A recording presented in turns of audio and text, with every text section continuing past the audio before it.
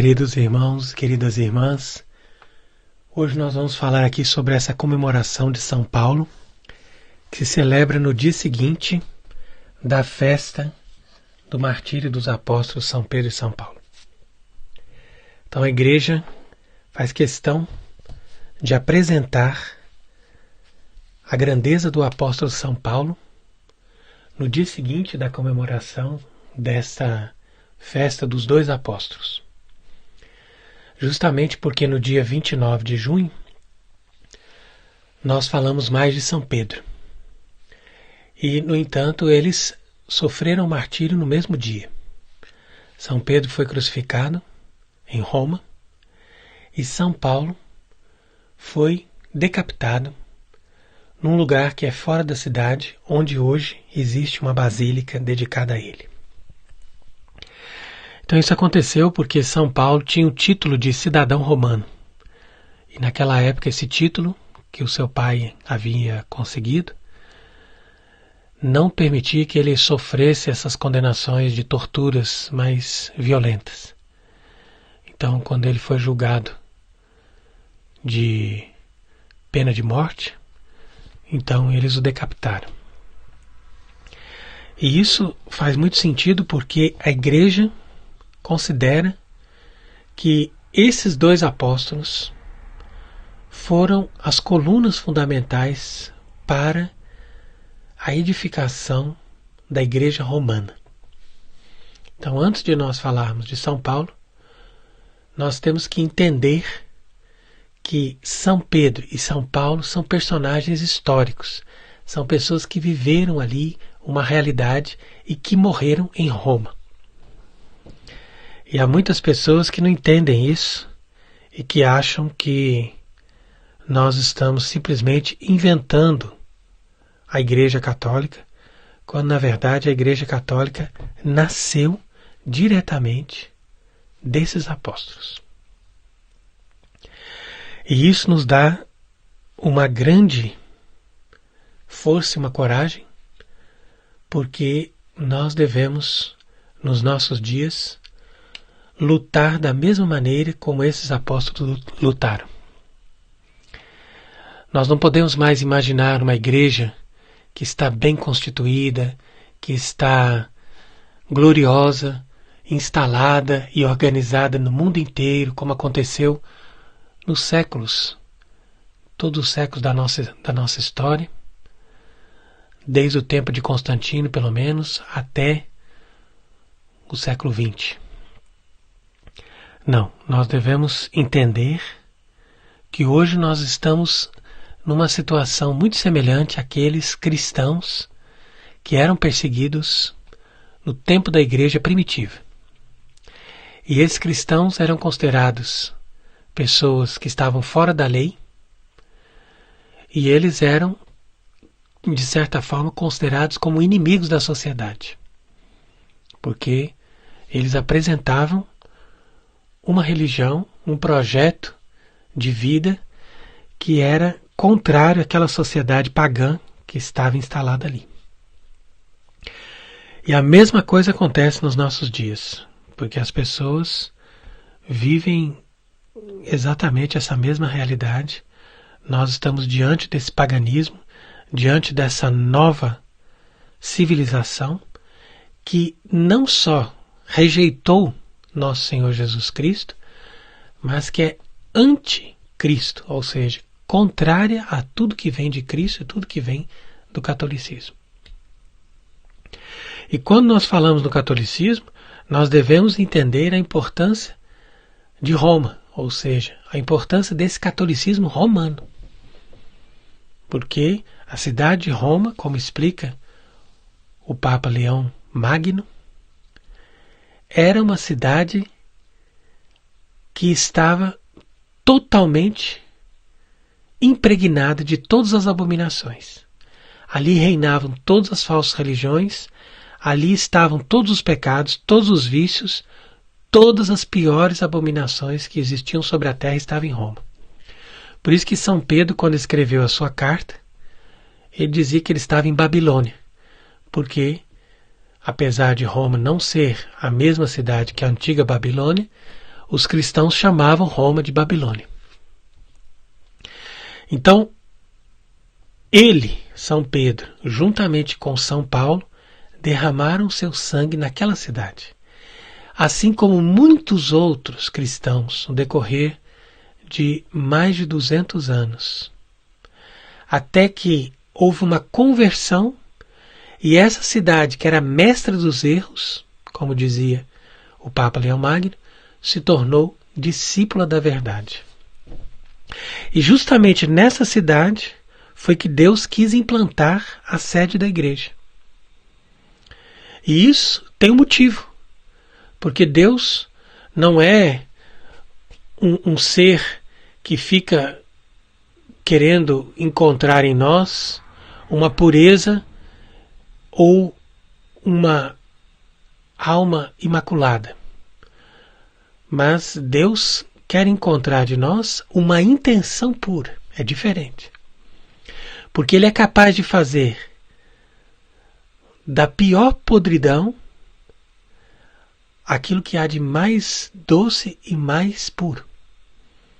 É como aquela imagem bonita do lírio que cresce no meio do esterco.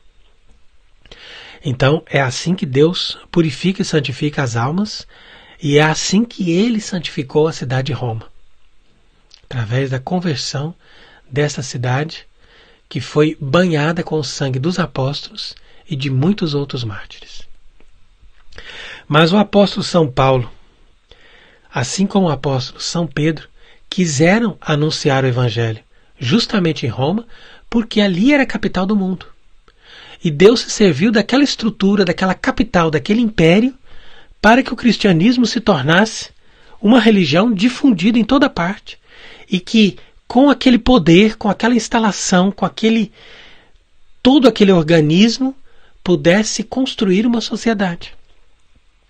Então, justamente isso que os testemunhos de Jeová criticam do catolicismo, é justamente isso a glória do catolicismo.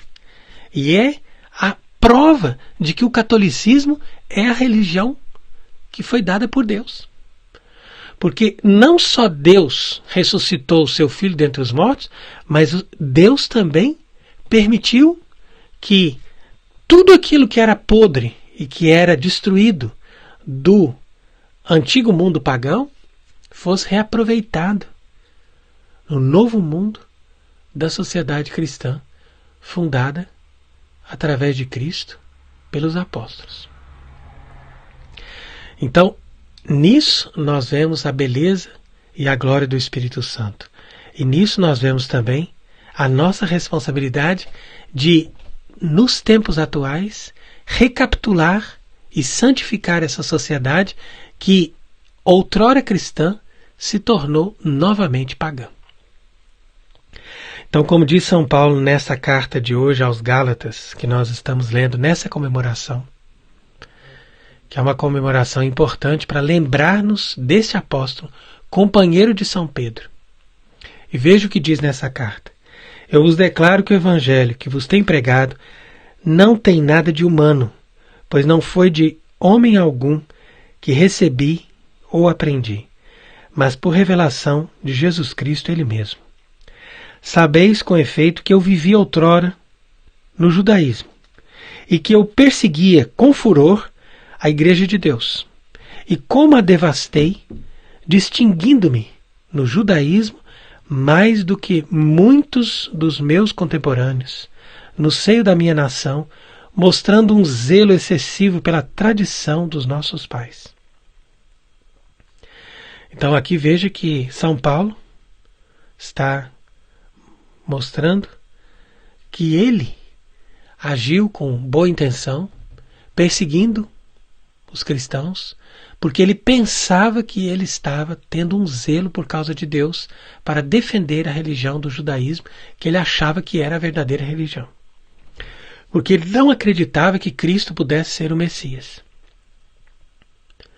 Mas ele diz: quando aprouve aquele que me escolheu no seio da minha mãe e me chamou pela sua graça para me revelar o seu Filho, a fim de que o anunciasse entre as nações, logo antes Logo, sem antes tomar conselho com carne ou com sangue, e sem voltar a Jerusalém junto daqueles que antes de mim eram apóstolos, parti para a Arábia e voltei ainda a Damasco.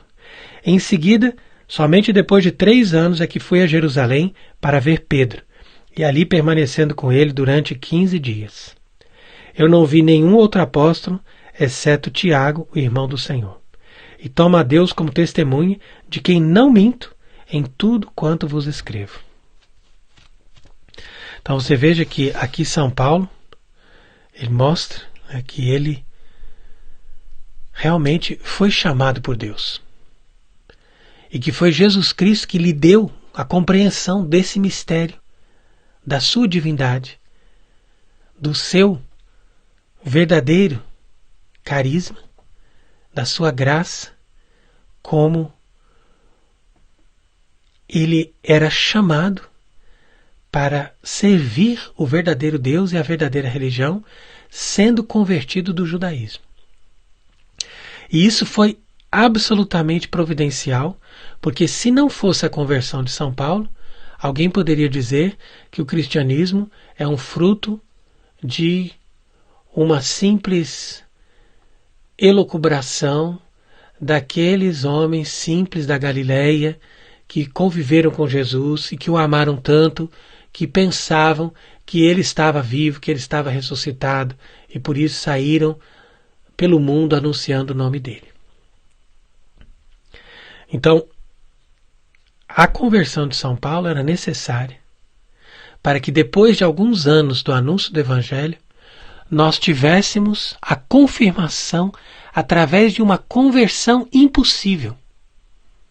Porque nós podemos considerar que a conversão desse homem, desse jovem chamado Saulo, era literalmente impossível.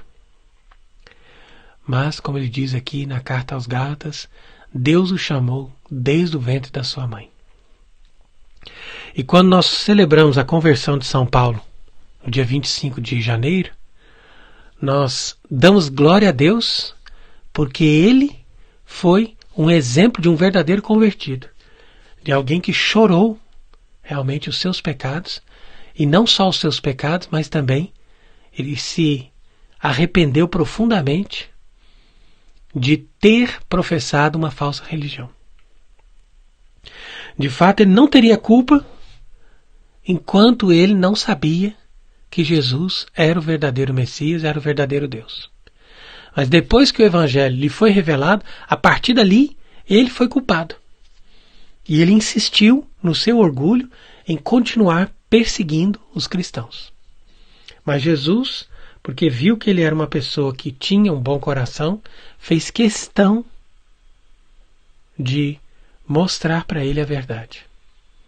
Assim como hoje muitas pessoas estão se convertendo das falsas religiões e estão se convertendo também de toda essa impostura que foi feita a partir do Vaticano II para criar um novo cristianismo no modelo protestante, diferente daquele cristianismo pregado pelos apóstolos e que foi anunciado pelo catolicismo em todos os tempos até a época desse concílio que criou essa nova igreja.